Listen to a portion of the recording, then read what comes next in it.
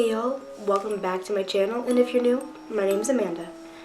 So I know today I said that I was going to upload another step into my supernatural experience, but it's Christmas Eve, so I thought what would be best is some scary Christmas stories.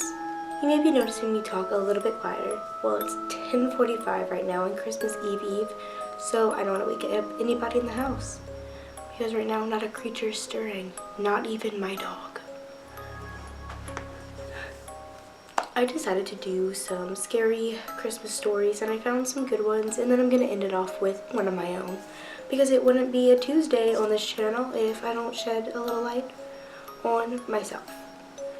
So once again, everything is on my phone except for my own story, of course.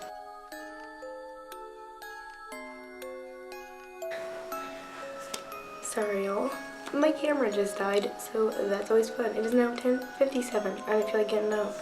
So if you notice wires and stuff, just things are just going down. It's great. So a little update before I begin. I do want to say me and Casey have devised a schedule.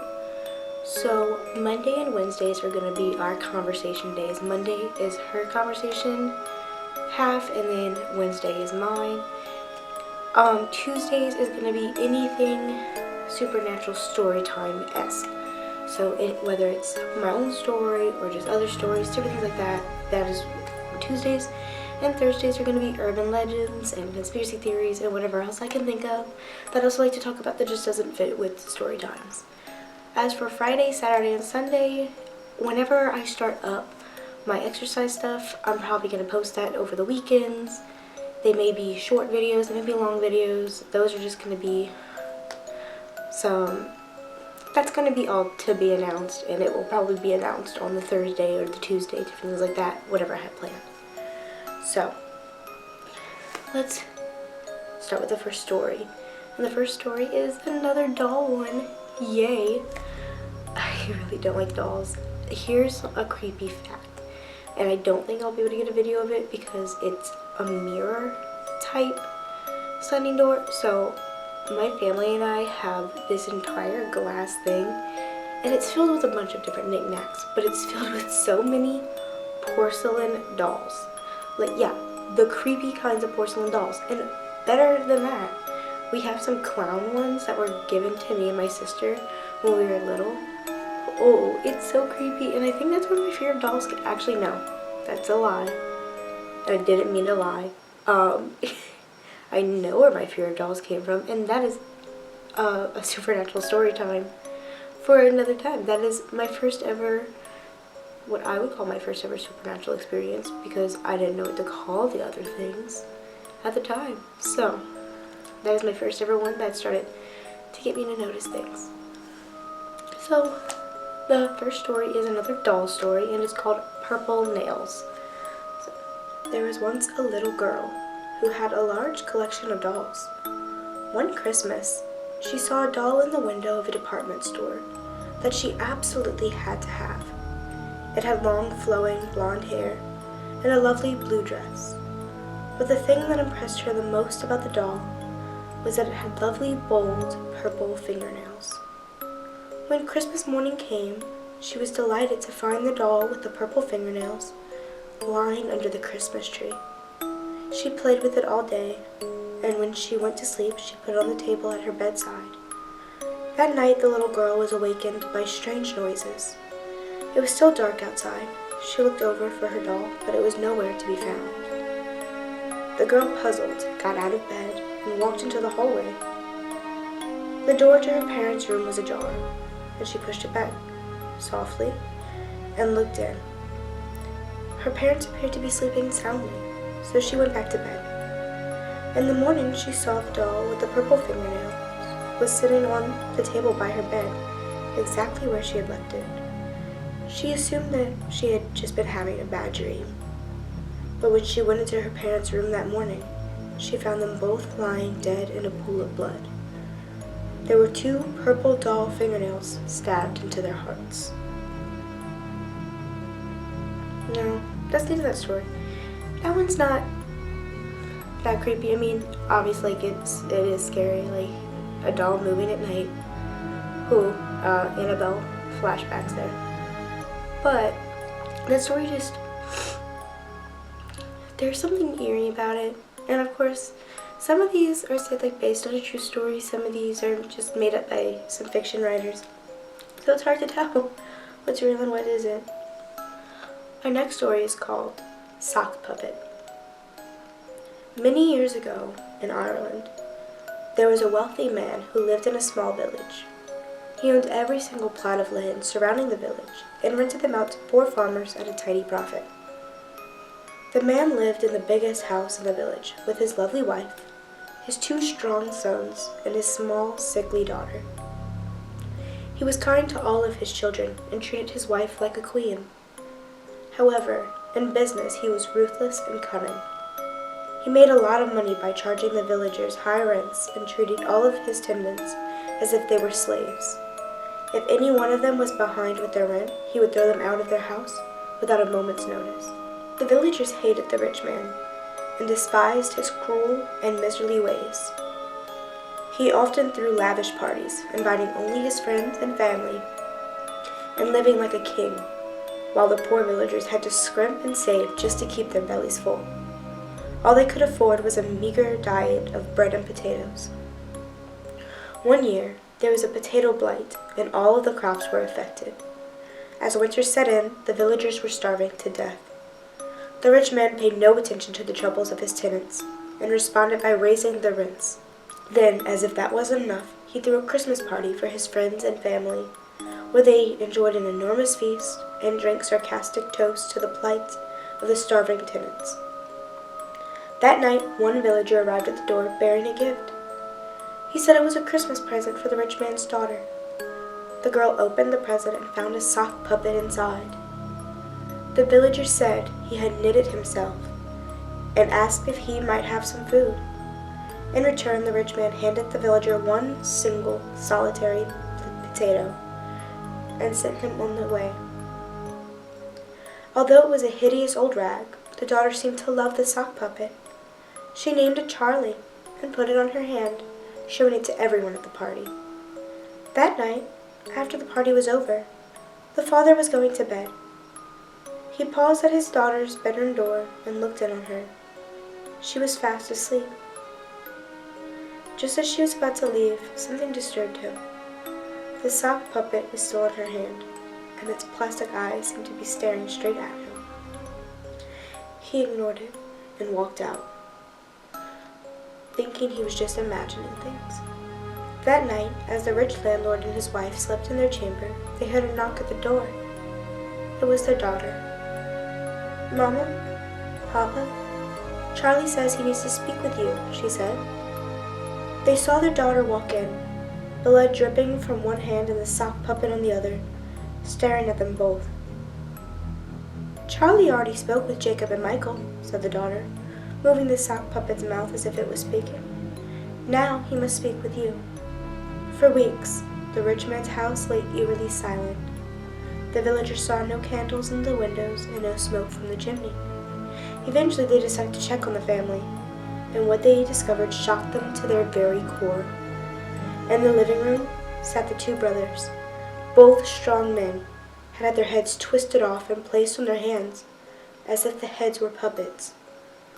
The same had happened to the parents, who were found dead and decaying in their beds. The most disturbing sight of all was the little girl. She was sitting in the corner of the bedroom, her severed head balanced upon one hand, smiling sweetly with her eyes wide open. On the other hand was the sock puppet. Due to the rigor mortis, her arm was sticking out, and it seemed as if the 2 hands were speaking to each other.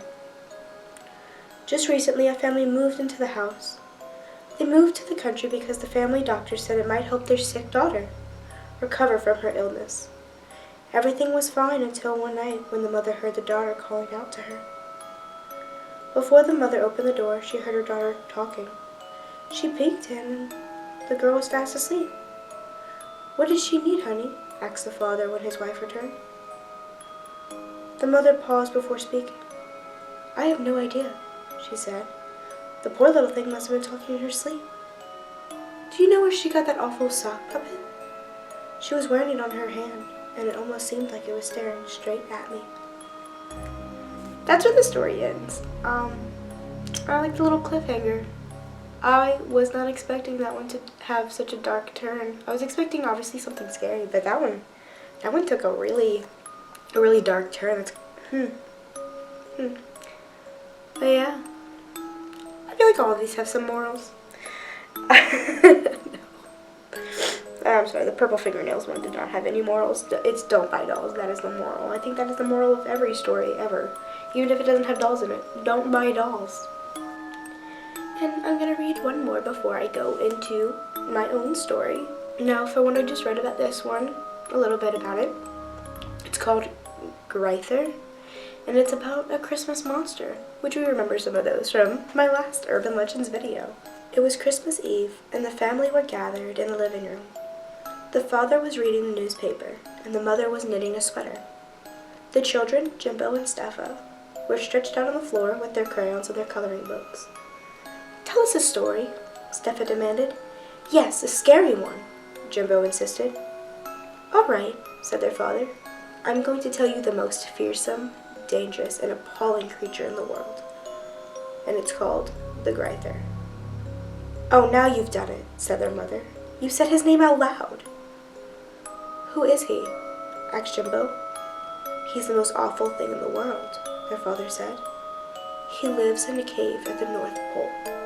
The coldest, wettest place on Earth is where the Greither makes his home. He sleeps in the wreck of a ship that somehow got squeezed into the mouth of the cave. He doesn't mind the cold, and he doesn't mind the wet. But the thing he hates most of all is to hear someone say his name. He has very good ears, and they get bigger every time his name is spoken anywhere on Earth. Sometimes his ears get so big he can use them to fly." "I don't like this story," Steffa whined. "It's too late now," her mother said. "We've already mentioned his name. The Greither is probably on his way to our house this very minute." "It will probably take him a while to get here," said their father. "If we finish the story before he gets here, everything will be fine." "Do you know why the Greither is called the Greither?" "Why?" the children asked. "Because he has fists as big as basketballs and arms as long as boa constrictors," said their father with a grin. "Whenever he finds the people who have been speaking his name, he opens his fist and reaches out his arms, and he Greithers them in. He grabs them by the head and squeezes them until they pop, just like a balloon." "Does he look like Bigfoot?" Jimbo asked. "No," said his father. "He's not like Bigfoot, and he's not like the abominable snowman either. Nobody knows what he looks like for sure. The only people who have ever seen the Greither are the people the Greither has eaten. He's as tall as a tree, but he can bend all the way over and touch the ground. His skin looks like a road map because it's transparent, and all his blue and red veins show through. The blue is for fear, and the red is for rage." "Hurry up and finish the story before he gets here," Steffa cried. "The Greither was born on a sailing ship," said her father. "It was blown off course by a storm and got lost in the Arctic Sea. They drifted around for weeks and never saw anything but glaciers and icebergs. Some of the passengers drowned, some froze to death, some starved, and the rest died in other ways. The Greither was born out of the fear and rage of all of those people." "But why does he kill people?" Jimbo asked. "Nobody knows," said his father. "He just doesn't like anyone telling his story." "Is that all?" Steffa asked. "Is that the end of the story?" "Not quite," said her father. "There's only one way to protect yourself from the Greither." "Maybe you should stop," their mother interrupted. "I think you've scared them enough." Their father chuckled. "You don't believe in the Greither, do you?" he asked. "No," the children lied. "Well, you shouldn't," her father said, "because I made it all up. There's no such thing as the Greither." "But you didn't finish the story," Steffa whined. All of a sudden, the front door blew open, and the room was enveloped in an icy blast of wind. There was a crush and the sound of breaking glass. Then two huge, gnarled arms reached in through the windows and grasped their parents by their heads. As the children watched in horror, the hands squeezed and squeezed, and their parents' heads popped, just like two balloons. I actually really liked that story. I think that was really interesting. There was this Goosebumps or Haunting Hour movie that was very similar to this, and I've always had that fear of, like, if you say something's name and things like that. And also, I have a lot of times where I'm saying someone's name, and if I say it 3 times kind of in the Beetlejuice way, then they message me, which is always weird. That was my last little Christmas story. So now I have one of my own. Now, I was an avid Santa hunter as a child. And now this isn't directly Christmas related, but it is on Christmas night that this happened. So one of the ways that I would try to catch Santa in the act was I would sleep downstairs. And it always worked because they had all of those cartoons and everything, so I loved watching that as a kid. Well, there was one night that I was awoken by some footsteps and some clashing, and I was so excited. Santa was here. It had to be that. Well, it was not Santa. I still don't know what it was. All I know is I heard footsteps all around the room. I heard clashing in the kitchen, which is where the cookies were. You must be thinking, well, if it wasn't Santa, it had to be your parents, and you just didn't have your eyes open, so you didn't see them walking around the room, and then they went into the kitchen to eat the cookies, right? Well, no, because my parents came down, and they woke me up, and they put me to bed before the presents were down here. So it wasn't them. Again, I'm not sure what it was. All I know is whenever I was laying there and I was trying to be quiet and trying to pretend to be asleep for Santa, I felt a hand graze over my shoulder, and the blanket was pulled up a little bit closer to me. And then it was gone. And about 10 to 20 minutes later, that's when my parents came to come get me to go to bed, so Santa could come, because Santa could figure out my tricks, right? That is the end of that story.